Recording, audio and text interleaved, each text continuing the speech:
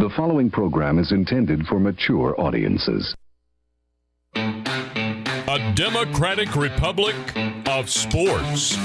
The Sportsocracy with ESPN Asheville hosts Tank Spencer and Jeremy Greene. And welcome into the Sportsocracy. Tank Spencer and Jeremy Greene with you here live on, as Patrick Holt has already pointed out in the comments, Hump Day. Look, we did this one time where nobody could see us. No big deal. Yeah, no big deal. Just a fun fucking day all the way around. From henceforth, yes. If it rolls to be like, I don't know, 10:03, 10:04, and you don't see us, somebody throw out in the comments, hey, dumb shit, you're talking to yourselves. Because that's what we just did for 4 solid minutes. Yeah. And then I rolled back to YouTube and went, oh, wait, there's no us. There's a picture, but there's no us. Yep. Because I forgot to hit a button. Mm-hmm. This is like that time he said, hey, will you check to see if the mics are down? And I went, yeah, they're down. Didn't even look at the board. I asked him, I said, so this is going to roll automatically? Oh, yeah, I hit the button. Okay, I just didn't want to have the same situation we had the other day. I keep forgetting that now that we schedule these things so people can, see them and we can post them out of what we're going to do, I have to hit the button 2 times now. Because for some stupid fucking reason, you start the stream and then you have to go live. If I start the damn stream, I want to go live. Why do I have to do this 2 times? That's right. Damn it! It's the second time we've done that, and it's only Wednesday. Shit! Oh, it's a lovely day here in the neighborhood. We are in the Wicked Weed studio live, and check out our friends at wickedweedbrewing.com. Wicked Weed Brewing, drink different. Tank Spencer, Jeremy Greene with you once again. Be sure to hit that like, share, and follow button on all the social medias, and of course, hit the subscribe button here on YouTube. And, share it out with your friends as well so they can join in all of the disjointed fun that you we invite have. your friends, we'll invite our friends, and then we can be friends. Oh, you haven't said that one in a long time. I haven't said that in a while. That's nice. That's nice. 30 days of Draftmas rolls on here today. On the second day of Draftmas, my true love gave to me. Deep sleepers. We went 15 sleepers for your 2021 fantasy football teams yesterday. Today we're talking deep sleepers, and these are just dart throws. Guys that could have some value, but you're not going to have to spend any draft capital on them. More than likely, you could get them off the waiver wire after the thing is over if you had an injury or something. Anyway, we are also going to have some honorable mentions, guys, that we haven't talked about yet that we do think will have some value that you can get late in your drafts as well. And, by the way, the 2021 season is officially open. You know why? Liev Schreiber. You have now said his name 3 times. You have yet to say it the same way twice. Liev Schreiber is his name. Yes. There's no N in it. It's not Scribner. It's not Shepard. It's not Liev either. I can't stop Liev. calling him that. I worked with a girl once that was in Scream 3, I think it was. Was it Nev Campbell? No. Okay. She played a bit part, but she always used to tell us about the fun she had getting to meet Liev Schreiber on the set of Scream 3. And I went, that's not how you say his name. Please don't do that anymore. And now I can't do it any other way. Liev Schreiber is, of course, the voice of Hard Knocks. And last night on HBO, we had the initial opener of the new season with the Dallas Cowboys. And that's just when you hear that voice of an angel come through, you know football season is right around the corner. Not even top 3 best voices in Hollywood. You're crazy. Not. Morgan Freeman. Okay, I'll give you that one. What's his name? Sam Elliott. And then the guy from Schreiber. The guy from The Blacklist. Oh, James Spader.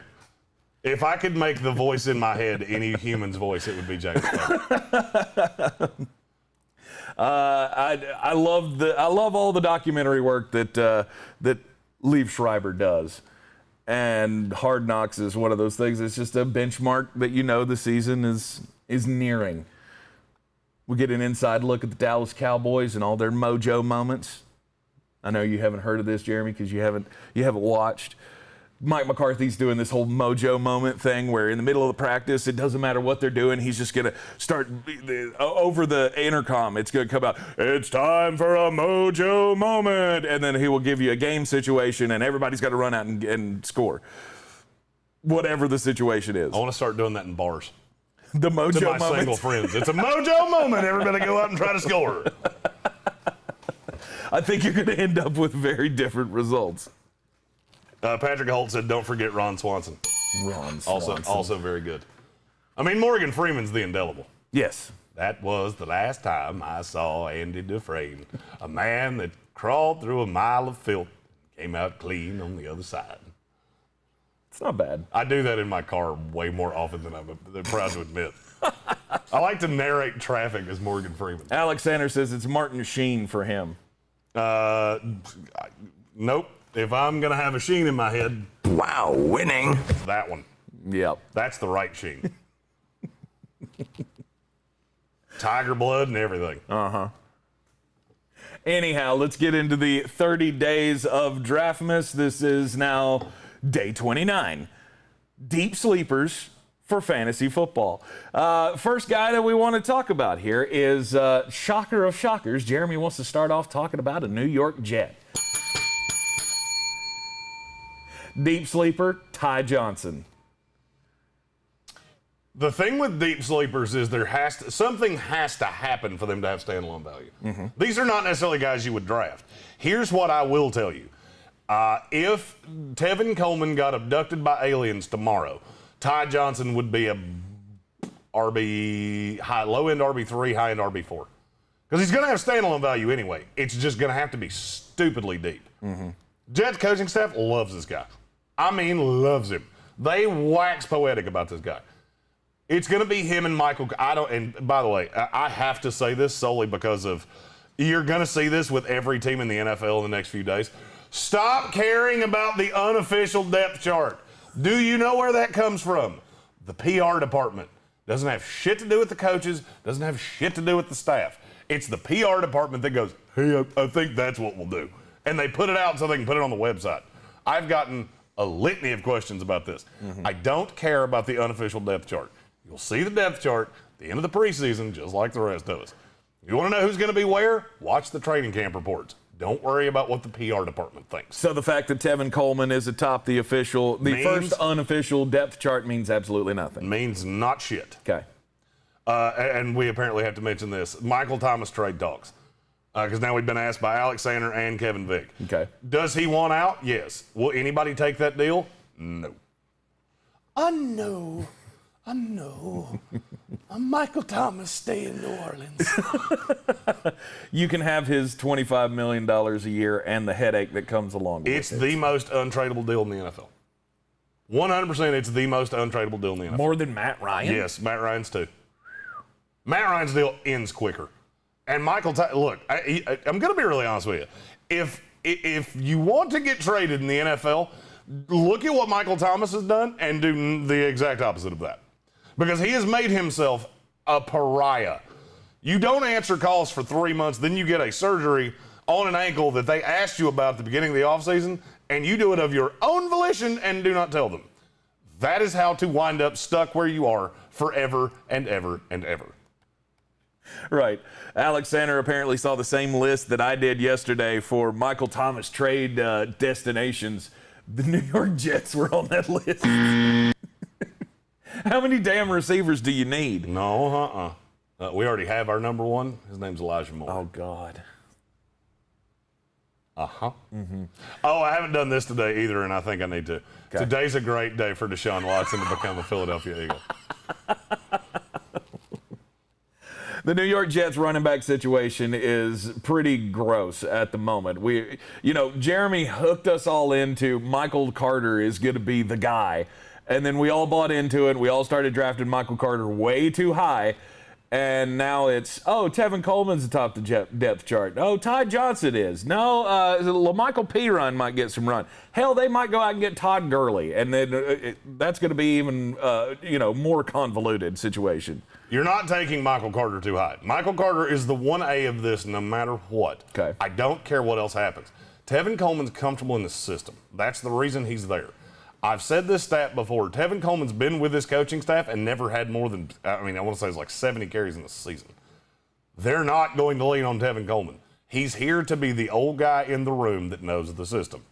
Ty Johnson is the 1B.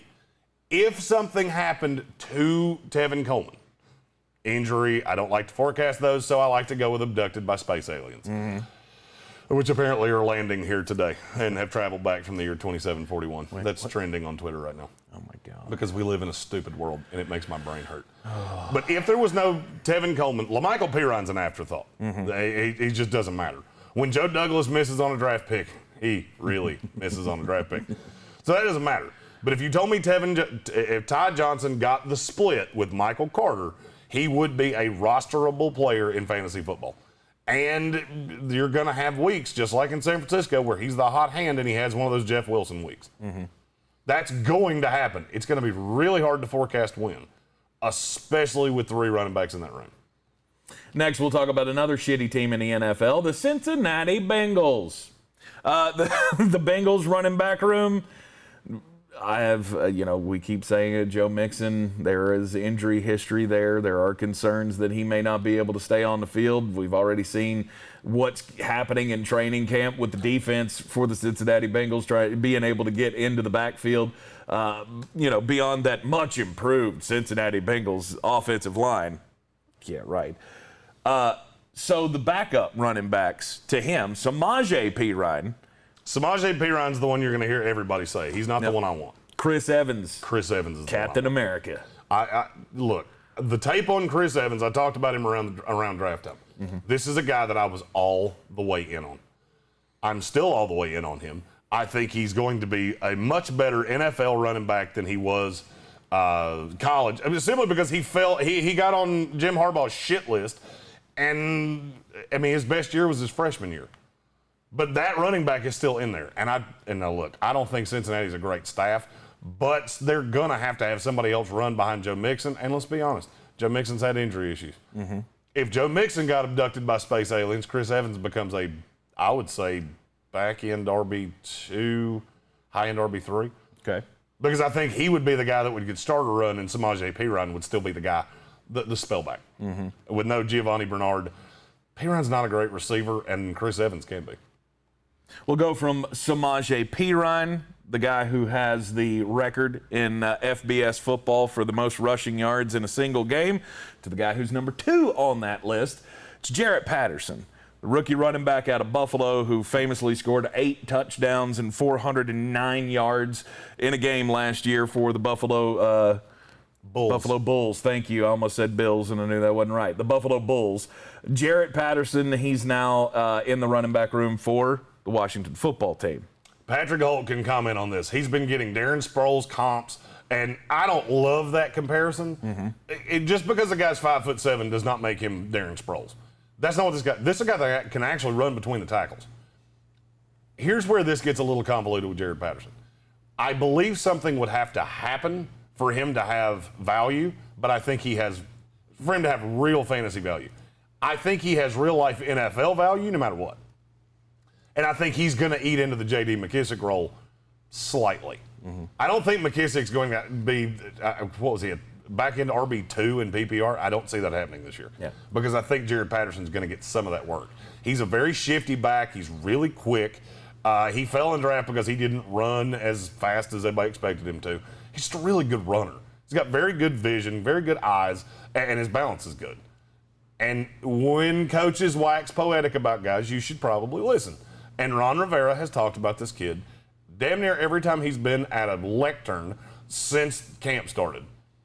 He's going to have a role. It's just a question of what. I don't know how big of a role he's going to have, but he is a guy that I have drafted in 2 dynasty leagues already and put on my taxi squad, just in case something happens. And he's a dynasty hold watch list guy. If something happened to Antonio Gibson, he would immediately be the number 1 pickup of the week. And I like to watch list those guys just in case. Just in case something happens. You hear a report out of practice one week that Oh, Antonio Gibson has a fucking hangnail. Cool. Right. I'll pick him up on Friday just in case it gets worse in the game. I have that guy. I don't have to deal with waivers. Yep. Usually I'm going to just trade them anyway because I don't intend on playing them. But Jarrett Patterson's one injury away from being incredibly fantasy relevant. He is a very deep league stash. 100% at this point. Every one of these guys is not your stereotypical 12-team league, 16-team or 16-player roster. Right. I'm talking 16-team leagues, 20-plus man rosters, or dynasty leagues. That's where these guys really fall in. Yeah. But if the one thing happens, they become relevant to all leagues. Let's go to the Los Angeles Chargers. We'll talk about the kid out of Tennessee, the young wide receiver Josh Palmer, who, I mean, according to some reports, he's going to have a big role in this Chargers offense. There are some people that think it will be, was it Tyron? I always forget his last name. I think it's Josh Palmer. Josh Palmer is, when I went through the draft and looked at the tape, Josh Palmer was the number one receiver in this draft that I said was held back by his quarterback. Wait, were you trying to go with Jalen Guyton? No. Was that the guy you were looking for? Maybe it's Tyron Johnson? Tyron Johnson. Tyron Johnson. I had it, we were talking about Ty Johnson, and it didn't sound right in my head. Yeah, Tyron Johnson. There are people that think it'll be Jalen Guyton, Tyron Johnson, whatever. I don't trust Mike Williams as far as I can throw him. Mm-hmm. Mike Williams is one of those guys that gets hurt tying his shoelaces, and I'm not in. Josh Palmer, I'm in. Josh Palmer is the one guy that I could legitimately see if something happened to Mike Williams, him becoming the number one receiver on the outside with Keenan Allen in the slot. And Guyton on the other side. Albert Breer of the NFL Network has opined that he may be the Michael Thomas role in this very Saints-like offense. He very well could be. He very well could be. And I love the kid. Mm-hmm. This is a guy, I mean, Tank can comment this, anybody that's watched us for an extended period of time. I waxed poetic about Josh Palmer coming to the draft. Yes, you did. And I loved where he went. Mm-hmm. Continuing down the rookie train here, deep sleepers for the 30 days of Draftmas. It's a guy that Alex Sanders very, very high on. I just saw him post about him on Facebook yesterday. It's the tight end from the LA Rams, Jacob Harris. 6'5", 220, and is really damn fast. He's a receiver at Central Florida. Another guy that you've heard me talk about a lot. Mm-hmm. Here's where the Jacob Harris hype, and you've got to be legitimate about the hype train on these guys. Jacob Harris is not going to be the tight end one week one. That's Tyler Higbee. There's no doubt. Tyler Higbee is not a great blocker, but he's good enough. Jacob Harris is not going to be able to block at all. Here's what I look at. I looked for him to fill that Gerald Everett role. Now, if anything ever happened to any of the weapons, Jacob Harris becomes the matchup nightmare that Sean McVay always wants on the field. Whether it's Van Jefferson, a guy we'll talk about later, Deshaun Jackson, whatever. He always wants somebody that's a matchup nightmare. 3 years from now, Jacob Harris could be Darren Waller, and it would not surprise me in the least. Mm-hmm. Problem is, hands aren't great. He's going to get open. Problem is, can he catch it when he comes to him? Because he had a shitload of drop issues at Central Florida. Well, would that be, going back to his quarterback? The quarterback play, obviously, with Central Florida is not going to be what it is with Matthew Stafford. Gray Ford said in the comments, Jamal Williams, fantasy sleeper. I agree with you wholeheartedly. Mm-hmm. He's a guy that was going to be at the end of this because we didn't get him in the video yesterday. He's actually draftable now, and it is mind-boggling to me how low he goes. Mm-hmm. I see him on the board in every draft I do in the 12th round. Like, you took Tariq Cohen ahead of him. Like, but why? Yes, I agree with Gray Ford completely. Jamal Williams is a fantasy sleeper this year. Mm-hmm. Doesn't fall into the deep sleeper category, but should have been involved in the video yesterday. Yeah, I think Jacob Harris, he's going to get better quarterback play with Matthew Stafford than he ever had at Central Florida, so maybe that plays into it. I'm not saying he has great hands. I'm just saying it was Central Florida. Mm-hmm. Anyhow, let's talk about a couple more rookies. The Carolina Panthers have two killer rookies at wide receiver. And everybody's going to tell you about one, and I want you to be cognizant of the other. The huge talk has been the last day or two out of Carolina camp is that Terrace Marshall Jr. is expected to be the third target on this team. He's expected to be the third wide receiver for Sam Darnold. I like this kid at LSU. I like LSU wide receivers. And to me, he's got all the makings of a really solid player in the NFL. I'm not saying he's going to be a superstar or anything, but I do believe that he's got the chops to make an immediate impact on this team, especially if Sam Darnold is going to have a good year. Agreed. I like Terrace Marshall. I like him in this system. I didn't love him coming out because there's a lot of the problem that I saw on tape with Terrace Marshall is that he doesn't do jams well. Well, here's the thing about where he falls in. You got Robbie Anderson on one side, DJ Moore in the slot. You really can't jam him. Mm-hmm. I mean, you jam him, but if he beats you, you're fucked because you don't have anything over the top because you got two deep safeties worried about Robbie Anderson and DJ Moore. Mm-hmm. So I like him in this system. He is the more 2021 relevant wide receiver. I think he's the Robbie Anderson replacement in a year.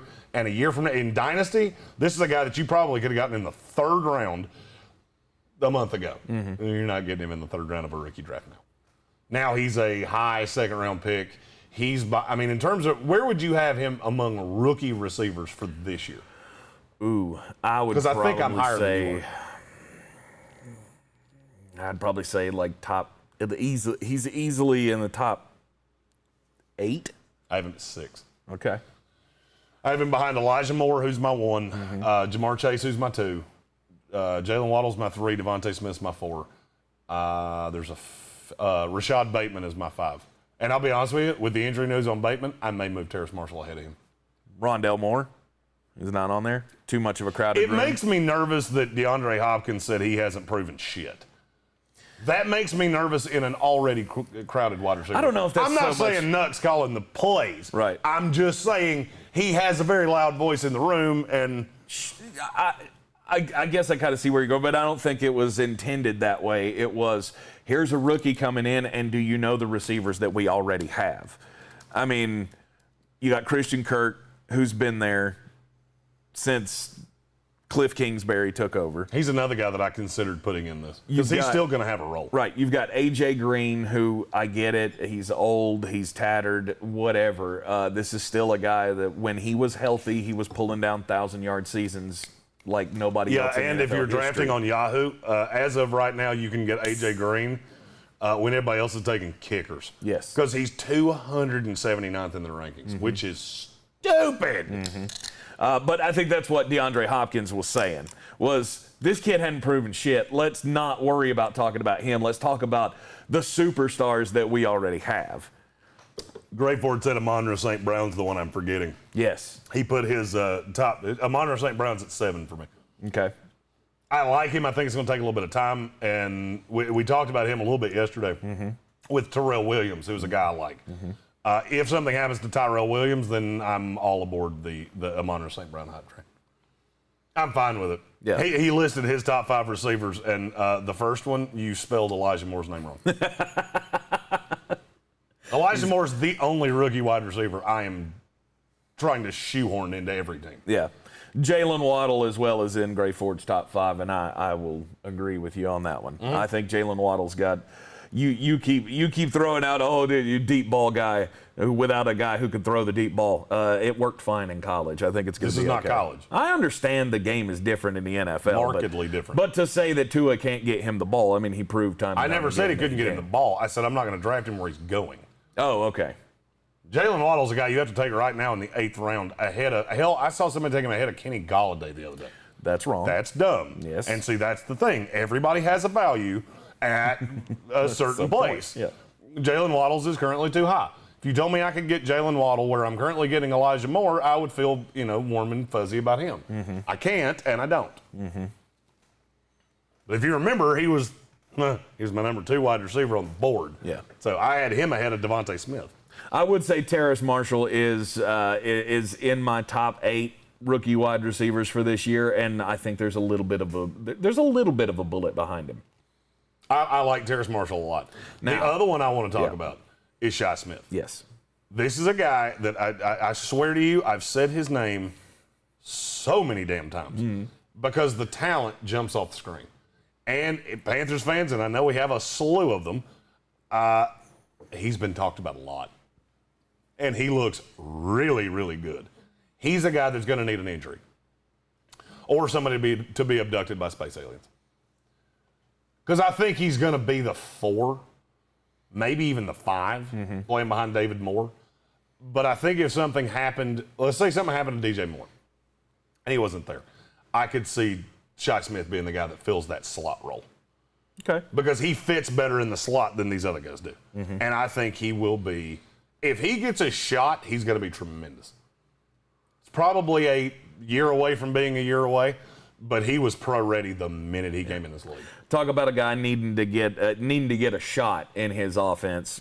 And at number 7 on this list, because we put Terrace Marshall and Shi Smith together with the Carolina Panthers. Number 7 on this deep sleepers list, which maybe we got this wrong. Maybe we shouldn't have named it deep sleepers. We should have just named it rookies and second-year guys. Yeah, because that's pretty much what they're. By the way, if you're doing deep sleepers and they're not first and second-year guys, you're doing it wrong. I watched a bunch of these videos, and it was like, here's a deep sleeper for you. Zach Moss. Oh, you mean the starting fucking running back for Buffalo Bills? That's real deep. No, Boston Scott. Yeah, that's deep in a way that you would tell your wife that's deep, and she would be yawning.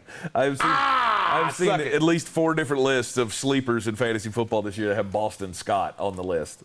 No, Boston Scott, that's deep. That's 100% deep.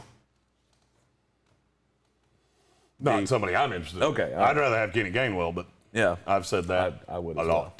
I would as well. But needing a shot, Harrison Bryant. We love this kid coming into the draft last year, and he went to FAU. Yeah. Is that right? Florida Atlantic University? He's the guy that got me coined as the tight end whisperer. Yes. Because I had him in DraftKings the week he went 2 touchdowns filling in for Austin Hooper. Yes. Harrison Bryant, again, what can his role be with the Cleveland Browns? You got Austin Hooper. They still want to play like David Njoku is a thing. He's still on this team, which I can't understand. But Harrison Bryant, not a lot of opportunity for him right now, but you have to recognize the talent.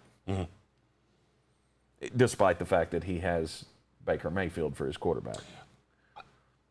I don't love Baker Mayfield. I think we all know that. I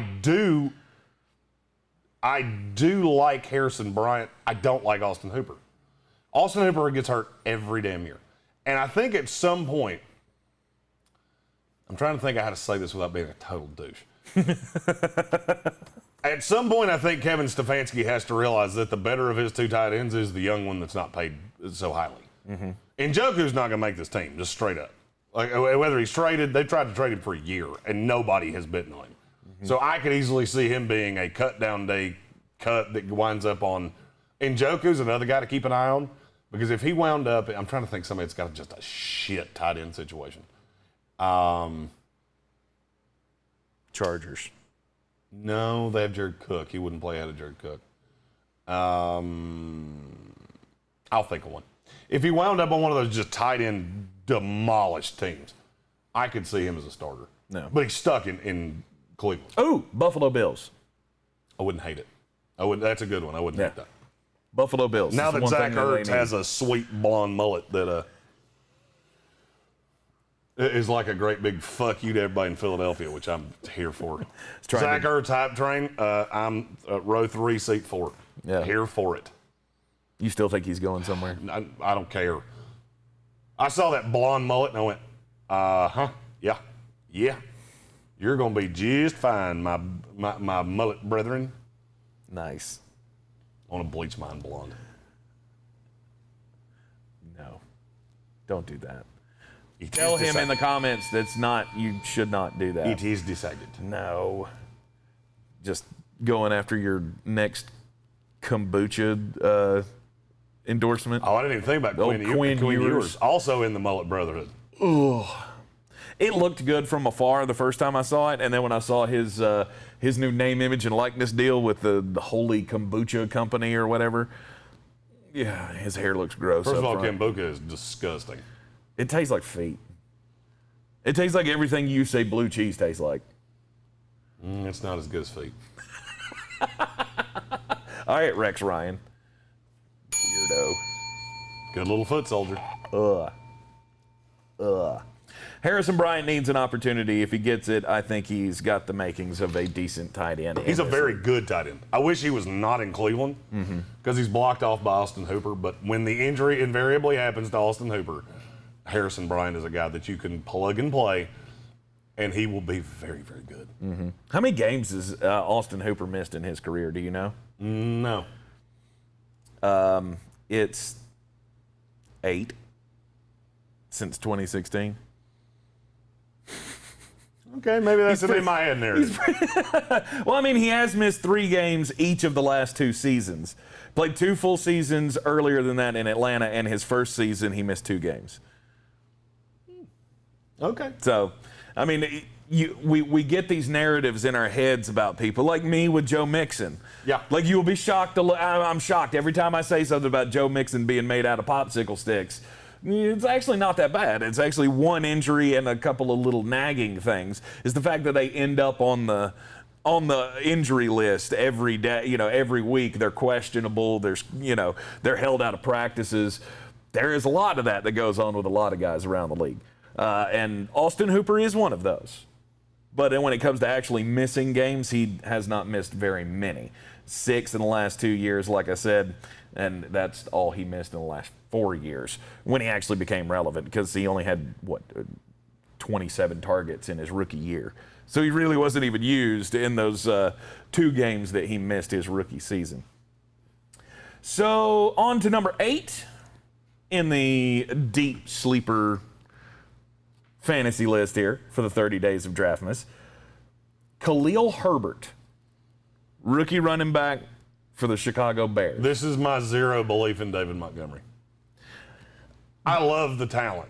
I don't like him in this scheme. But what about Super Bowl MVP should have been Damian Williams? Don't care. Really? I don't care. That's the one that everybody's losing their shit about. See, because here's what's going to happen. This is what nobody wants to talk about in Chicago. There is about a 70% chance that Matt Nagy's not the head coach of this team halfway through the season. If that happens, who do you think they're going to give run to? Khalil Herbert or 30-year-old Damian Williams?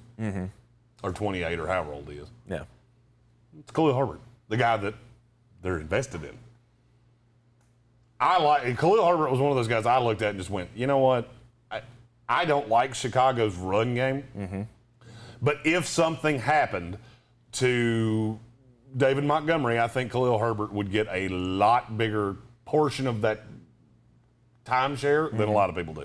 I would think immediate. Now if we're talking dynasty value, Khalil Herbert, he's a guy you need to have. Put him on the taxi squad, whatever you need to do to get him on your roster.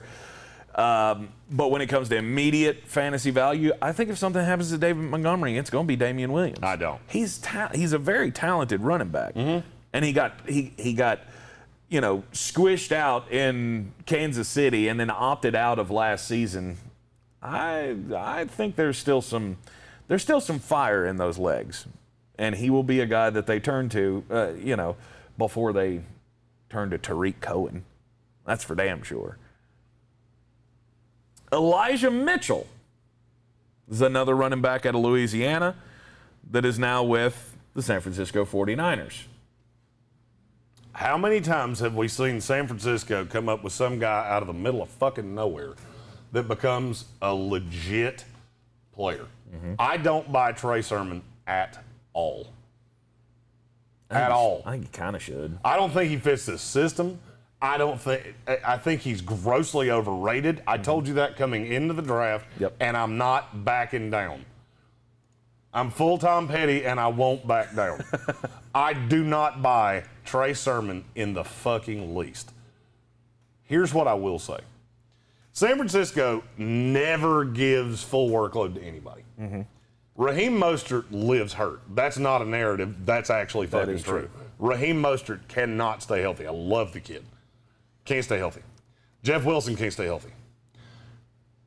Let's say Trey, and this is how in my head this happens. Jeff Wilson doesn't come back from the injury in the same way. He's falling behind Elijah Mitchell on the depth chart, and then invariably something happens to Raheem Mostert. Trey Sermon would get what percentage of the workload? Oh, God, I don't know, 60%? Too high, in my opinion. Yeah. I think it would be closer to 50, 45 to 50, and I think Elijah Mitchell would get probably 30 plus. Mm-hmm. And I'll be honest with you, I think he'd outplay Trey Sermon. I think he's a better fitness in this system. I don't think it's all that close. Mm-hmm. We saw Jeff Wilson pop 1 week last year. Mm-hmm. He's going to get some run when he comes back from injury, too. I just talked about him. Yeah. That's what I just said. He doesn't come back the same from injury. Mm-hmm. And Elijah Mitchell passes him. It's exactly what I think is going to happen to Damian Williams. By the way, if you don't believe me, on Khalil Herbert, check the latest post from a Bear something. It's one of the Bear websites.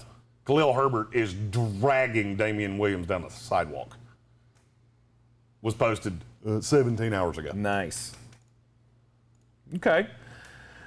Now people forget Damian Williams opted out last year. Yeah. That's gonna hurt you. I don't give a damn who you are. You don't play competitive football for 2 years and then you come back in like, hey, I'm here. Mm-hmm. Okay. And you're a running back that's got a little age on you. We'll stay in the NFC West. We'll go up to Seattle. Talk about the Seattle Seahawks and their new wide receiver, Dwayne Eskridge. Super fast kid. What role is there for him in this offense with Tyler Lockett and DK Metcalf? Here's how I think this goes. DK Metcalf, everybody on this team scares you deep. Dwayne Eskridge is the fastest guy on this team, and it ain't all that close. Dwayne Eskridge is borderline Tyreek Hill fast. Here's how I could see this going. You're so worried about DK. You're so worried about Tyler Lockett. I could see play actions to Dwayne Eskridge happening a lot. He's the number 3 receiver, unquestioned. Unquestioned, no doubt. And I don't think this team can run a greasy peg up a cat's ass. Mm-hmm. So what happens? I don't think the defense is very good either. So what happens? You get into shootouts. I have Russell Wilson throwing for more yardage this year than Tom Brady. Okay. So one of two things is going to happen. Either DK Metcalf and Tyler Lockett are going to have 1,400 yards apiece, which I don't believe. Or you're going to have a third guy that's valuable. Dwayne Eskridge is currently not being drafted anywhere. His ADP is 0. And I don't necessarily think that should be the case. And I will tell you this, if something happened to Tyler Lockett, he's immediately a top 36 receiver in the NFL. Okay. Immediately, the day it happens. I'd agree. Because I'll give you $1 if you can name me any other Seattle Seahawks wide receiver. God, I want to see if you can name any receiver on this team. Nah. There should be one because I talked about him a shitload around the draft. They still have Brandon Marshall. Is he still around? No, he's currently a free agent looking for somewhere to talk about sports badly. Steve Largent. I can't. I know Johnson's the one I thought you would remember. Oh God, because we did talk about him. I want to see that name again. Freddie Swaim is currently listed as the 3. It's Dwayne Eskridge. It's not Freddie Swaim. Mm-hmm. Stop that. Freddie Swaim's not the best Swaim in the NFL. Oh, I just pulled up their depth chart. It's bad. They got Anthony Ratliff Williams from Carolina. Yeah, he's the 12th. He's the 12th. He's wide receiver 12th. This is a deep sleeper video, and even in this, he shouldn't have been mentioned. Right. Yeah, you got 3 choices. I just realized that our comment section has completely become about yogurt. Yeah, I have no idea what this is about. We're talking about probiotics and obesity in America and just all kinds of goodness. Like, First of all, this is not yogurt, the place to come to talk about battling obesity. Because you got 2 people that are losing that battle on this screen. First of all, I have to say this. Yogurt, gross. Yogurt's gross. It's not gross. It's gross. It is gross. Depends on what flavor. I don't care what flavor. Nope. Out. Raspberry, my favorite thing on planet Earth. Raspberry yogurt, gross. But it's so good for you. Well, I'm going to die in my 40s anyway. So I'll agree with you. Raspberry yogurt. So you know what? Disgusting. I'm going to draft. They have all those nice little those nice dessert yogurts now. They've got them like Boston cream pie and key lime pie, and those are pretty good. Laura Lynn brand. Get it at your local Ingles store today. Bingo. Ingles, low prices, love the savings. Steady dropping them in the comments. First of all, this is like an AA meeting, so when we see you and you're a new person, hi. Mm-hmm. Should you draft a running back or a wide receiver first in fantasy? We have not covered this yet. There are literally 12 running backs I would take over any wide receiver.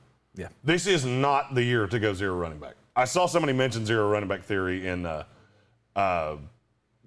comments. Out. I am Seacrest out on that. He also said yogurt's fire. I have yet to find one that didn't taste like shit. I mean, like pure, honest to God, dog shit. What do you? And now, understand, I have stomach issues that are brutal. I have been, and maybe I'm fed the probiotic shit that is supposed to actually help you. It all tastes like dog piss to me. Every bit of it. I don't care what flavor it is. It's got this weird gelatinous consistency where it's like meant to be ice cream, but it's not. I don't like ice cream either, by the way. Just let that be known. Which is idiotic. You can't be a real human and not like ice cream. At least some flavor of ice cream. I like chocolate chip cookie dough ice cream every once in a while. Right. It's not something I go out of my way to get. My wife found this thing. It's like chocolate chip cookie dough pieces that you can buy at any local grocery store, apparently. Ingles. Low prices, love the savings. It's tremendous. Yeah. That's all you just eat the little cookie pieces? 100%, yeah. Nice. That's all the happy of chocolate chip cookie dough without hurting my teeth. Drink a little milk behind it. Pow! Have you not sitting there and eaten cookie dough out of a tube? Oh, 100%. I assumed you had. Yeah, I've eaten it in tube form like a hot dog. Who's shocked? No. Show hands. Honestly, as fat as I am, I can say that's one thing that I've never done is eating cookie dough right out of the tube. No. I mean, I like cookie dough, don't get me wrong. Oh, wait. Was she a great big fat person? I don't buy that for a second. I haven't. I don't believe you. I don't. It's so much better when the cookies are cooked. Now, I have created, taken the tube, made the cookies, and eaten the entire pan in one sitting, but never eating just the dough. Oh, wait. Was she a great big fat person? That I have never done. I mean, when you live by yourself, oh yeah. Use it like a dip. Just get a tub of Cool Whip and just scoop the Cool Whip out with the cookies. There's an interest. Steady dropping them said, I'm thinking of going back-to-back wide receiver. If you're back at the back end of the first round, I don't hate that. I would rather you go Travis Kelce. Travis Kelce, Devontae Adams is not a path that I hate. Mm-hmm. But then you're going to have to start hitting on. Is how you got to hit on those running backs. You got to wind up with Damian Harris. You got to end up with Josh Jacobs in the fourth round. Grayford asked, is Pat Mahomes worth more than $45 in a salary draft? I'm assuming you're talking about a $200 cap. It depends. See, in auctions, the way that Pat Mahomes goes in auctions is, and I love that it happened in the draft that we did live here. Mm-hmm. You wind up spending a shitload on Pat Mahomes, and then you got guys like Kirk Cousins that go for $1. Or, I mean, hell, who was my quarterback in that? I've already forgotten. It's Dak. I got Dak Prescott for $8. Yeah. So, yeah, I won't take Pat Mahomes that high. No. But solely because I don't think the gravy doesn't spill on the taters of the other quarterbacks. You wind up with Mahomes going for 45, Josh Allen going for 25, and then Dak Prescott, Russell Wilson, all those guys go for 12. Mm-hmm. I'd rather have that. Yeah. And it just goes to roster construction. Auctions are the only place that I don't live by the Ricky Bobby philosophy of I either go first or last. I will never be the first one to go quarterback. Unless everybody just goes, fuck Kermit, and won't go above $12. Right. Then I'll swoop in at 15 and go, you go. Which is never going to happen. It ain't easy being green. Which will never happen because people will overspend. Always. Because Patrick Mahomes is the name. He's the god. He's the he's the I Ching of quarterback play in the NFL, and fuck it. I mean, here's the thing. I don't need it. And this kind of goes into why we're doing deep sleepers. There are a lot of running backs. I want to say this the right way because if I say it the wrong way, I'm going to get killed in the comments. There are a lot of running back situations like the Chicago Bears. Mm-hmm. I believe in the talent of David Montgomery. I don't buy the scheme fit at all. I buy the scheme fit with Khalil Herbert. By the way, Damian Williams is 29 years old. Mm-hmm. I just want to keep saying that. Mm-hmm. That's one of those, I'm just going to keep saying it until you believe it. Kind of like, today is a great day for Deshaun Watson to become a Philadelphia Eagle. Going to something that said in the comments here, Steady dropping them, says running back is hard to pick nowadays in fantasy football. I agree. I don't. I agree. Why? Okay, I mean, tell me who you look no at the- doubt feel great about. Okay, you look at the results from last year. All right. Who of these guys did we not know was going to be a top running back last year? Derrick Henry. No. You didn't know he was going to be as good as he was because he never had been.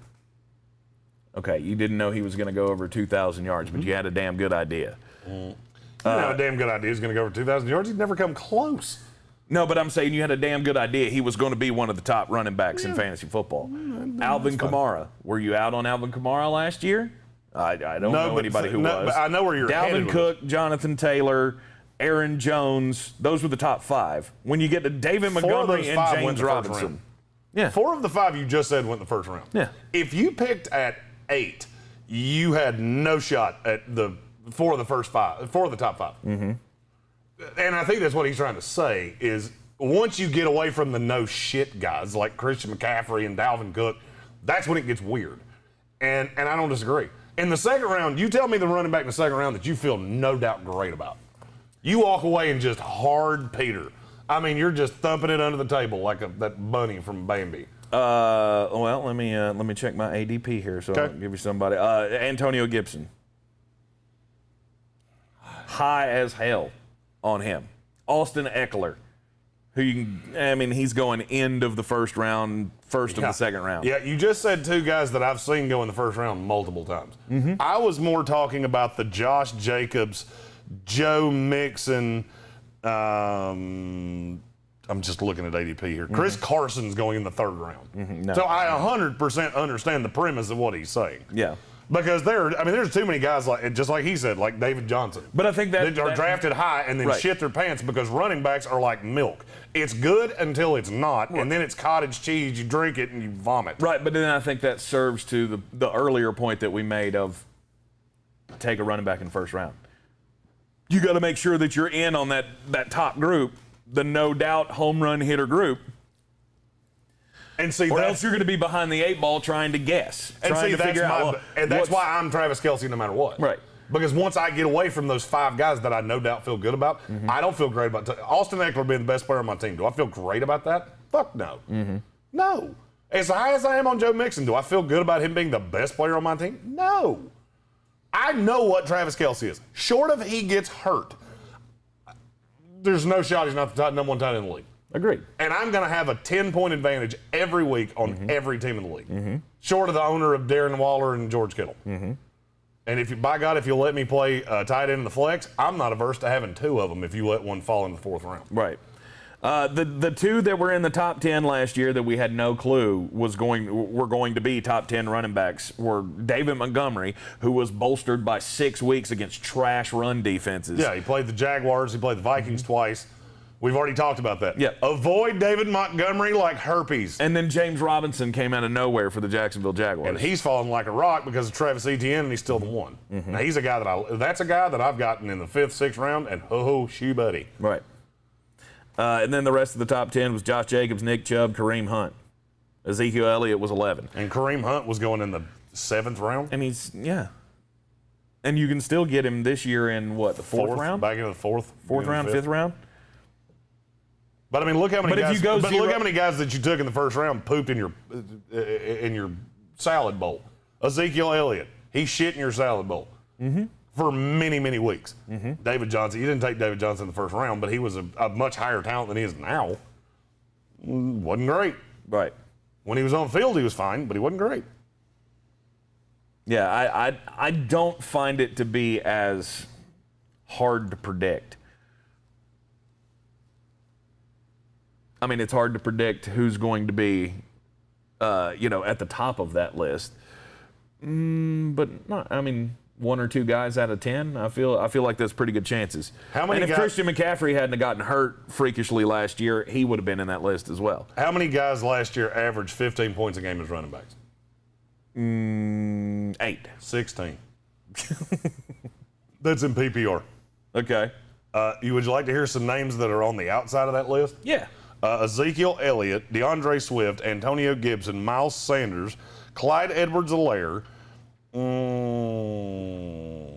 Todd Gurley, who you didn't take that high. No. Yeah, that's a slew of guys that went really high, didn't average 15 points a game, including the guy you just said you felt great about.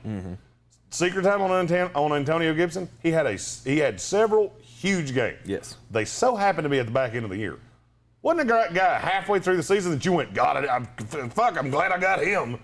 No, but he was. Trust me, I had him, and I didn't feel great about it. No, but I mean, he was a rookie last year that came on at the end of the season. That's why I'm so high on him this year.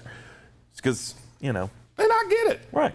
I'm just saying, injury history, and I'm just saying it's not a no-doubter. Dalvin Cook's a no-doubter. Barring injury, Dalvin Cook's going to be a top 5 running back in the NFL, period. No doubt. I'll bet my house on it. He plays 17 games. He's top 5 in the NFL. Derrick Henry, CMC, I feel the same way about them. Once you get past that, I get what he's trying to say. Yeah. Steady dropping him. Said he hasn't killed it in fantasy with a running back since 2016 when he took David Johnson. Those were the days, weren't they? God, David Johnson. It lasted a year. Yeah. And I was drunk on David Johnson out of Northern Iowa. Oh, God, I miss this. Memories like the color of my mind. Anyhow. We went down a rabbit hole there. Yeah, we did. And while we're going down rabbit holes, you know what?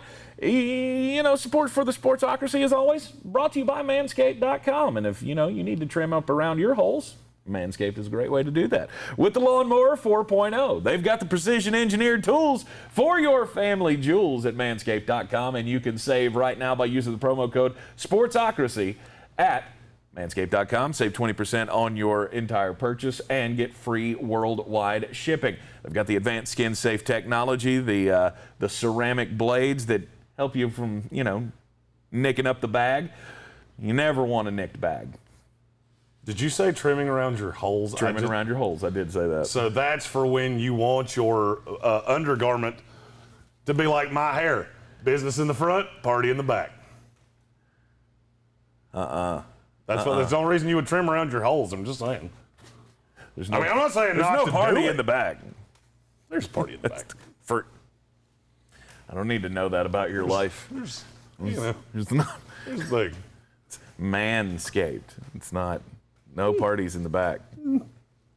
Okay, we're moving on because I can't handle this. If that's what you want to do, let that freak flag fly, baby. Go for it. And I do. Good. Good for you. You don't want to know. I don't, and we need to move on. There's something I hadn't thrown up in a while. Oh, sad crying baby Tank. Crying baby Tank. Yeah. When he learns that adult things at Jeremy's house gets a little weird. Oh. The more you know. Don't cry. Shit. Anyway, it is. I see you wiping your eyes over there. It just makes me tear up. Hit you in your sensibilities? A little bit. It's time to get your own ball hair and body trimmer with Manscaped to make me time the best time in the bathroom and enhance your confidence when you're trying to create as smooth a boys as you possibly can. Nothing better in life than a freshly shorn scrotum. Manscaped.com. Use the promo code Sportsocracy today. Save 20% on your entire purchase and get free worldwide shipping. Your balls will thank you. Now back to the sleepers list for the 30 days of Draftmas here in the Sportsocracy. We are down to number 11 and talking about the Washington football team. Go ahead.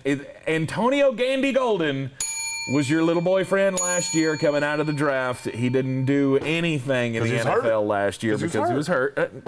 Let me get there. Oh, yeah, don't bury the lead there. But Antonio Gandy Golden in this offense, how do you think he fits in? Name me the receiver that's above 6 foot tall not named Antonio Gandy Golden. It's Cam Sims. That's the only one. That's the only one. He's the only one above 6 foot? One. Wow. Other than those two, the tallest receiver on this team is Terry McLaurin, who's 6 foot tall. Yeah. Yeah, I see him being the red zone threat. I don't care what the unofficial depth chart said. I don't care. I watched this kid. I scouted this kid. I believe in Ron Rivera. I believe he fits this system. I think he's going to be a red zone threat. And I'm going to be honest with you, I think he's pretty damn good. So their red zone targets are him and Logan Thomas? That's it? Yeah. Terry McLaurin's the deep threat. Curtis Samuel's the move guy, the pre-snap motion guy. And I look for Gandy Golden to get somewhere between 55 and 65 targets this year. Mm-hmm. And I would say a lot of them are going to be high volume red zone targets. I love this kid. I would say he high points a football better than just about any small school receiver I've ever scouted. He was a man amongst boys at Liberty, and it showed. If I'm stashing a wide receiver from the Washington football team, it's going to be Deomi Brown. Out of the University of North Carolina, I just saw the kid do so much because, we work for ESPN Asheville, the Carolina team, and I watch them every week. And Deomi Brown, he's got something. He's got that speed. Early. He can separate. But what I'm saying is in these purposes, I'm taking Deomi Brown and stashing him somewhere. Okay, tell me how he gets on the field. What's the path? Hurt. Somebody gets hurt. Who gets hurt and he winds up on the field? Because here's the thing, he can't run a route. I love the kid, and I was super high on him. Mm-hmm. The Carolina route tree is elementary at best compared to an NFL-level route tree. Mm-hmm. And anybody associated with that program will tell you. Mm-hmm. It is a college route tree. These guys are not 100% NFL ready. I love Deomi Brown. I don't see a path that he passes all of the guys that I've said. I don't. I think you're a year away. He needs to learn how to be an NFL wide receiver before that's the case. Mm-hmm. And now let's say everybody stays healthy.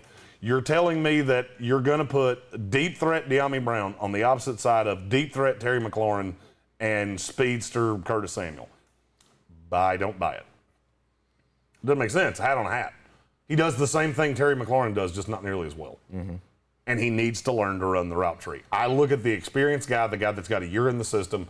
I think Antonio Gandy Golden and Deomi Brown are close talent-wise. Body-wise, body type-wise, I like AGG better. Los Angeles Rams, they've got a lot of good wide receivers. They've got one in particular that, again, we were high on last year and didn't see a whole lot of playing time, but now in a year in this system, better quarterback, maybe there's some room for Van Jefferson to do something this year. Now, they did bring in Deshaun Jackson, who has, flashed big plays as he normally can. But Van Jefferson to you is the safer bet? They have equity in him. They used draft capital on him. I think Deshaun Jackson's going to be on the field for 10 to 15 snaps a game. Mm-hmm. I think that's, I'm not going to say it's the ceiling. He could be out there more than that, but I don't buy it. I think you keep him fresh for the playoffs. I could see Van Jefferson playing as the 3 in this offense, and I love him. I saw so many things out of him, and in college tape, the little bit of work he had last year, I've just seen enough to go, that's a kid that can separate in the NFL. Mm-hmm.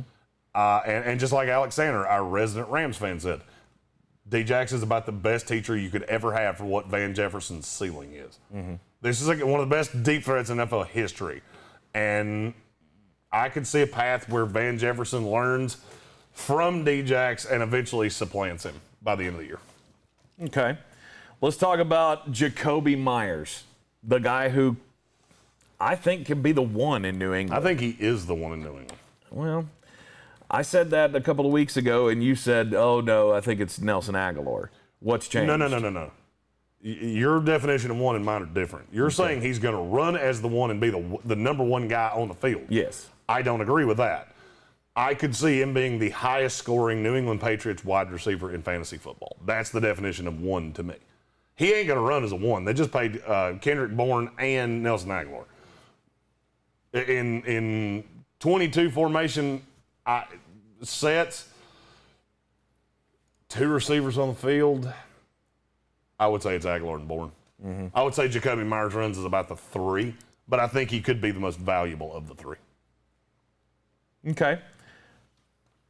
No, we haven't done any quarterbacks. No, and I tried to shoehorn 2 quarterbacks. Oh, God, we got to talk about something at the end of this. We got to talk about something in this video. Okay. It just came out. Tua Tagovailoa is the first quarterback on the deep sleepers list here. I don't know if you can. Do you put deep at the front of that? Yes. To me, Tua is just a sleeper candidate. Tua's not draftable in the redraft to me. Literally. Mm-hmm. I can name 24 quarterbacks I'd rather have than Tua Tagovailoa. However, in a dynasty, in a deep redraft, or in 2-quarterback league, I see a path that Tua could be good. It's hard for me to get from point A to point B. Solely because I don't think he's that good. Mm-hmm. However, I do see a path that they can't run at all with Salvon Ahmed and Myles Gaskin, 2 guys that I'm avoiding like they're on fire. And I could see a path that they get into a lot of shootouts. Okay. And he winds up being a much better fantasy football quarterback than he is real life quarterback because he throws up stats and do I really believe that? There's not a lot of ceiling when you get past the top 10 quarterbacks.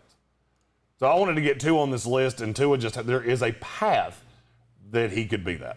I don't really believe it, but I could see him having to throw a lot because they can't run. Okay, the final deep sleeper for this 30 Days of Draft Miss episode. Now this one I like. Jared Goff. Jared Goff. I actually like Jared. I like Jared Goff this year. 2-quarterback league, I'm okay with him being my 2. Yeah. I don't love it, but I'm okay with it. He doesn't have the weapons to me. I don't know how. I don't know what his ceiling can be. Tyrell Williams, you made a great point yesterday when we did the first sleepers video of he's the one. He's going to have some value. I'll give you that. Amon-Ra St. Brown, I think, will have some value. I just don't know that if there's ever going to be a path in this season where I go, Jared Goff against anybody. I mean, they're playing the Jacksonville Jaguars. I don't want to play him. Yeah, I do. And here's why. Your greatest ability as a quarterback is your availability. Mm-hmm. Straight up. How many quarterbacks last year played 16 games in the NFL? Oh, no clue.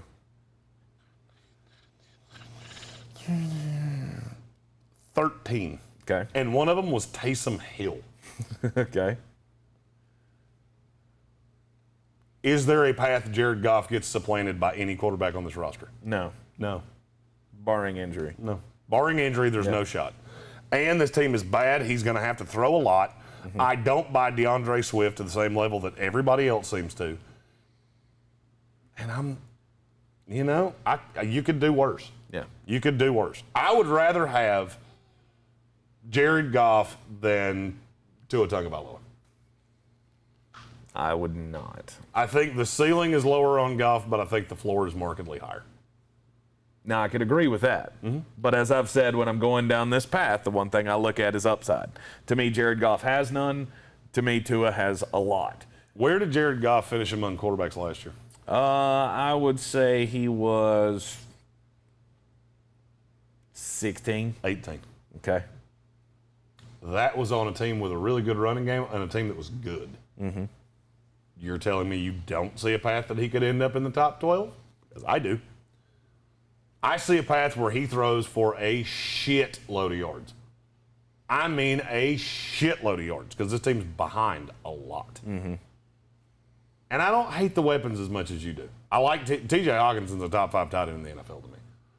DeAndre Swift's fine out of the backfield. I'm not, he's not a top 2-round running back to me. Right. In fantasy draft. Mm-hmm.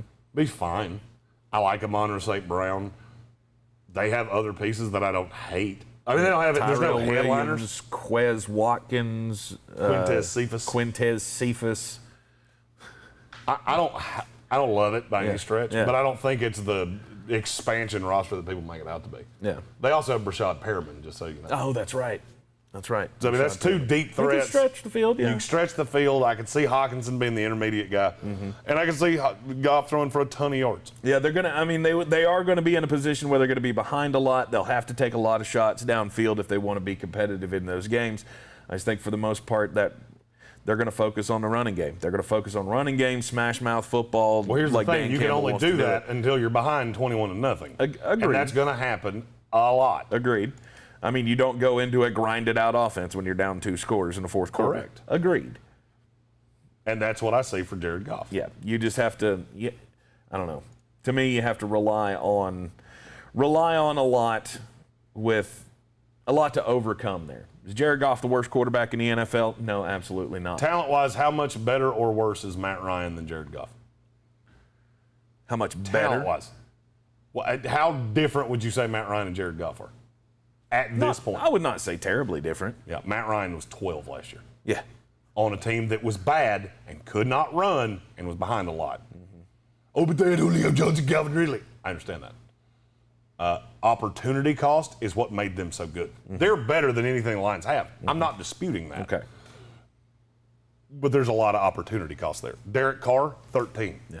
Because they ran a ton of shootouts. Sleeper honorable mentions, guys, that we did not rank in these last two episodes of the 30 Days of Draftmas. Jamal Williams got mentioned earlier in the comment section. We agree. Jamal Williams is a sleeper. You can get value out of him. And, DeAndre Swift ain't I'll say he's not the most reliable running back that's out there in the NFL, so there could be a huge gap that needs to be filled by one Jamal Williams. A.J. Greene, talked about him as well. Brian Edwards from the Las Vegas Raiders, kid out of South Carolina, running ahead of John Brown right last year, and I think that's right. I'm not a big John Brown fan. Just you got to see it come to fruition, and we haven't seen it yet. Jalen Reagor is another guy. Depending on what happens with that quarterback situation, if they do end up making that trade, if today actually is a good day, then Jalen Reagor is going to have a lot of value. And Randall Cobb.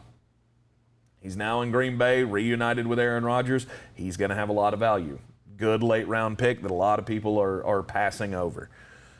Speaking of late-round picks, remember that thing we were talking about yesterday with Damian Harris in New England? And I talked about how he was down on all of the lists, so whatever service you're using, be sure you know where he is. I went through last night and did my first NFL.com draft. He's do that. At 168 on their list. That's because NFL.com is garbage. Oh, I get it. Garbage. I get it. I'm just saying, if you're doing one on NFL.com, don't forget about Damian Harris because he ain't on that list for a long time. Yeah, if you're doing NFL.com, stop doing NFL.com. Like, immediately. Go to your computer. Close that league, open one on a better server. Rob Johnson said, what about Gio Bernard on the Bucs? I don't see a real big role for him in this offense. They have so many weapons, and Jeremy and I talked about this with Antonio Brown. There's so many weapons, how are you gonna be able to predict who goes where? Gio might have a pretty big role in this offense if there are some injuries. But other than that, I see them to continue to use Ronald Jones. He's number one. He gets the lion's share of all the carries. Leonard Fournette's going to still be used for his 3 yards in a cloud of dust. And Gio is a nice little piece to have in the receiving game, but I really don't see them running a whole lot of sets with, 2 running backs back there with all of the weapons that they have. Because you got to think, you got Mike Evans, you got Chris Godwin, you got Antonio Brown, Tyler Johnson, Scotty Miller, Jalen Darden, who's been amazing in camp and apparently already is making a great connection with Tom Brady. That's 6 wide receivers that you got to go with. Then you go Rob Gronkowski, O.J. Howard at the tight end position. There's a lot of mouths to feed in that Tampa Bay offense, and I don't see a role for Gio Bernard. I don't think he's going to have much role. I think he's going to have a little de facto James White role, and it's not going to be great. Evan Doyle in the comments said, have you mentioned Auden Tate yet? No, I have. Of course I have. Of course I'm going to. Auden Tate is one of my best friends. We hold hands and we do karate in the garage. Uh-huh. Yeah, I'm not putting anything into Auden Tate. Yeah, you should. Yeah, you should. Reports say he's been the best receiver at Bengals camp. So. What do I know? That's T. Higgins, Tyler Boyd, and Jamar Chase. There's no room for Auden Tate. Okay. All right. We'll see. Anyhow, there is your list. Any other sleepers that you want to mention that we haven't mentioned already? No. I do need to mention that Zach Moss, let's just go ahead and Out with hamstring. Who? Zach Moss. Zach running back of the Buffalo Bills. The hype train that I've been piloting since, 6 weeks ago. Mm-hmm. I hate hamstrings.